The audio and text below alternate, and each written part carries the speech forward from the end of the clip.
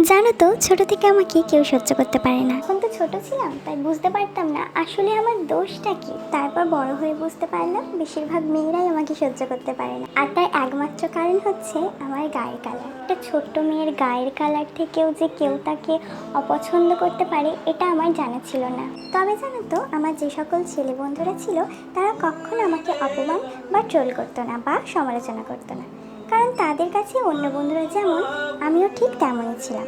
তবে জানো তো, ছোট থেকেই আমি আমার গায়ের কালার নিয়ে একেবারে ইনসিকিউর ছিলাম না। বরাবরই না, আমি সাজতে খুব ভালোবাসি।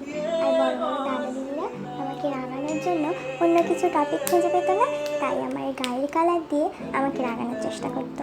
তবে আমার তখনও কিছু যায় আসতো না, সত্যি জানি না কেন, আর এখনও কিছু যায় আসে না। এবার অনেকে বলবে, তোমার যদি কিছু যায় না আসে তাহলে তুমি ভিডিও কেন বানাচ্ছ? তাদেরকে বলতে চাই, যায় আসে না, যায় আসতেও না। কি বলতো, এই 2026-এ দাঁড়িয়েও কিছু কিছু কাকিমা জেঠিমা বা আমার বয়সে কিছু কিছু মেয়েদেরও এরকম ব্রাউন স্কিন দেখে তাদের গায়ে জ্বলন ধরে। ভাবে এরকম ব্রাউন স্কিন হওয়া সত্ত্বেও তারা কিভাবে এত এগিয়ে যাচ্ছে, কিভাবে নিজের স্বপ্ন পূরণ করছে, আর কিভাবে আমাদের থেকেও এত সুন্দর লাইফ লিড করছে। আমি বলবো না সমাজের সব মানুষ একরকম। যাই হোক, আজকের লুকটা তোমাদের কেমন লাগলো অবশ্যই কিন্তু কমেন্টে জানাবে। এমন কিছু নয়, আমি জাস্ট একটু বাজার করতে যাবো।